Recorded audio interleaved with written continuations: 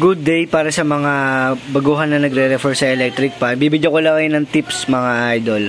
So, eto, meron tayong ginawa dito ng electric pan. So, ang issue daw nito ay daw umandar. Tapos yung chinek natin, yung capacitor niya ay lumobo. Katulad nito, ayan o.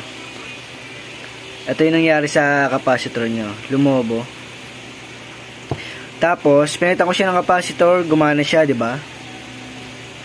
So, hindi porket pinalitan nyo lang ng capacitor ay gumana, yun na agad yung sira mga idol. So lagi nyo tatandaan, check nyo lahat, i-general check up nyo kung ano yung mga dapat palitan, bushing saka yung shafting.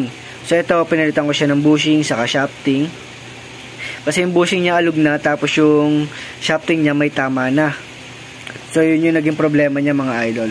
Tapos yung foam niya ay tuyong-tuyo na, so nilagyan natin ng langis.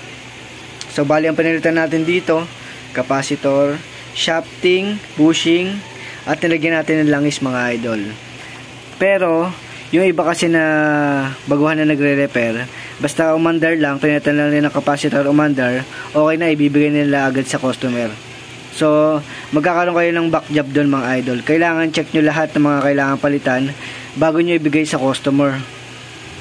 Kasi katulad nun, tuyong-tuyo na yung langis, tapos yung bushing nga alog na, tapos yung shafting may tama na. So baka wala pang isang buwan, bumalik na sa inyo yung yung electric pan na ni-repair nyo. So lagi nyo tatandaan na i-check nyo muna lahat ng kailangan palitan bago ibigay sa customer. Tapos i-message nyo or i-chat nyo yung sabihin nyo kung ano yung mga kailangan palitan para alam din ni customer na kung magkano yung papalitan, di ba? So yun lang yung tips ko sa inyo mga idol. Laging palitan nyo lahat yung mga kailangan palitan. Huwag kayong magtipid kung namamahalan yung customer.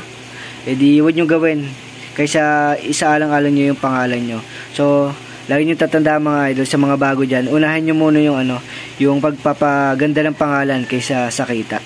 So yun lang mga idol, sana nakatulong itong maikling video na to sa inyo. Maraming salamat.